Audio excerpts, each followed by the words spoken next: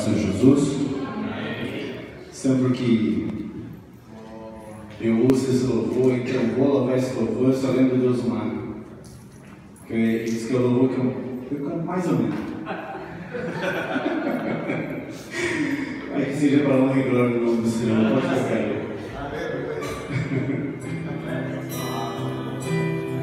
Glória a Deus, para ti, Pai. Receba, Senhor, nosso coração, tira este louvor, Pai, em nome de Jesus.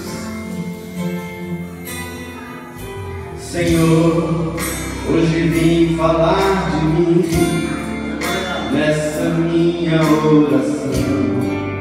Eu imploro teu perdão, quero ter a comunhão, ser como criança, fonte que só jorra a inocência e o amor. Me leva, Senhor, a conhecer-te mais, entender teus pensamentos e quais são teus ideais. Quero aprender contigo, vem me ensinar como eu fiz, Senhor, como te agradar, como tirar o sorriso teu, como chamar tua atenção pra mim, como fazer com que o Senhor derrame da glória aqui. Quero, Senhor, mais do teu poder. Quero, Senhor, ver o teu mover.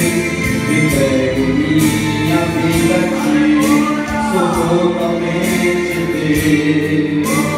Que os teus anseios sejam os mesmos que os teus. Quero ser igual a ti. Quero parecer contigo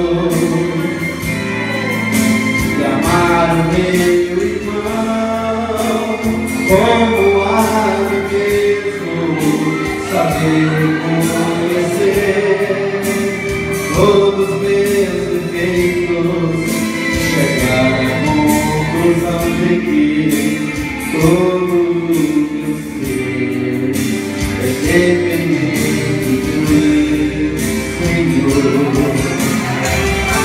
Patrício, Senhor, oh Senhor, derrama a tua glória, Senhor, derrama, Senhor, fala no teu povo.